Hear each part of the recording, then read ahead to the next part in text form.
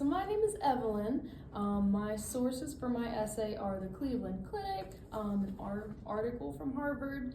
I found a journal article. There was a doctor podcast that I listened to and a book about the science of caffeine. So I'm going to talk about how caffeine affects your body because I love coffee. It's something that I drink more for the taste than compared to like the effects of it. But you do have to be careful with that because caffeine can have both positive and negative effects on the body.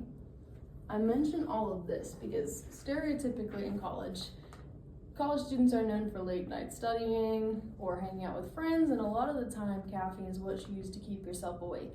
I have an associate's degree in nursing, so I have a decent bit of knowledge on the body systems and functions.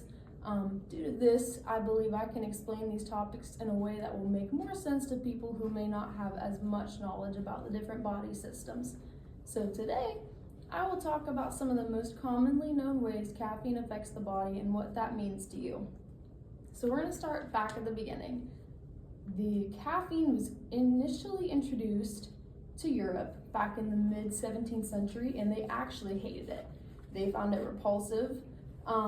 But within the first 15 years, it became commonplace. The people in Europe actually replaced their morning alcoholic drinks with caffeinated drinks because it energized them. So now we're going to look at how caffeine can help or harm us. Caffeine is known as an anti-inflammatory, so it'll reduce the inflammation and narrow your blood vessels. Due to this, it's often found in a lot of pain relievers or headache reducing medications. That's why you'll also see it in like your Midol and stuff like that. And with headaches, they're caused by enlarged and inflamed blood vessels. So caffeine's used to kind of counteract that and help relieve that pain. You'll also see people consume some form of caffeine before hitting the gym. Although the reason as to why may seem obvious, caffeine actually goes beyond only helping to provide energy. It helps enhance athletic performance as well, and it was actually banned from the Olympics for a short period of time by the World Anti-Doping Agency because of its performance-enhancing properties. That was back in the 90s though, and it's since been brought back. It's no longer banned.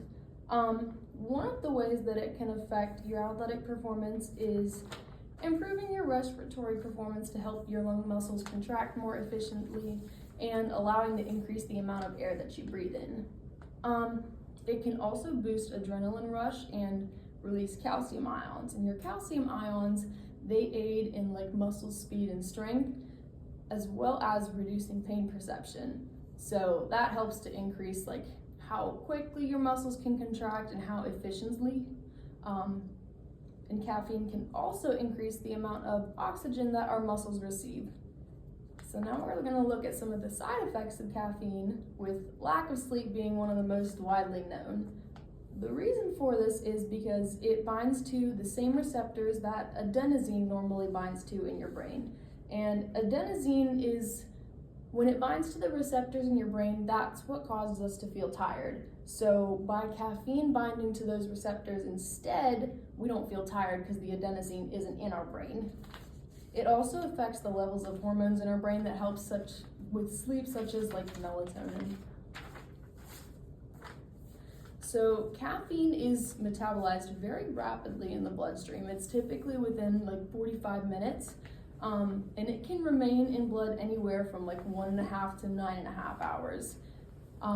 Things that can affect this though are if you're pregnant or taking oral birth control, that can actually slow it down.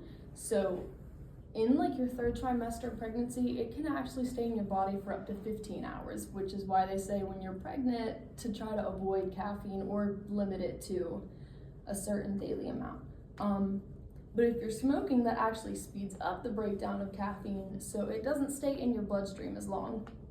When looking at the risk of overdose, keep this in mind with caffeine consumption. They recommend 400 milligrams a day. And although you might not be consuming it like all at once, consuming it over the course of 9.5 hours can have the same effects as consuming it all at once. So how do we take advantage of this? Doctors recommend trying small frequent doses to get the best or most stimulating effects of coffee. They recommend following a recommended dose of 3 milligrams per kilogram of body weight, or you can just stick to like an average of like 400 milligrams a day. Monitoring your caffeine intake is going to help you take the most advantage, and that includes looking at where it's coming from. So it obviously comes from coffee and energy drinks, but it can also be found in dark chocolate. 1 ounce has 20 milligrams of caffeine in it. And chocolate milk also has caffeine, and although that'll be fine for us, you do want to watch with some younger kids, giving them chocolate milk before bed. They might not fall asleep very easily. Coffee flavored desserts, they do obviously have caffeine. They have more than what I expected though. I guess the average amount of caffeine in them is about 85 milligrams. And then as I mentioned earlier, it can be found in some medications. So in conclusion, caffeine has many different effects on the body, both positive and negative. It's important to watch your caffeine consumption in order to take advantage of the effects best. And all this being said, enjoy yourself a little caffeinated treat of some sort today. Just make sure you don't consume too much.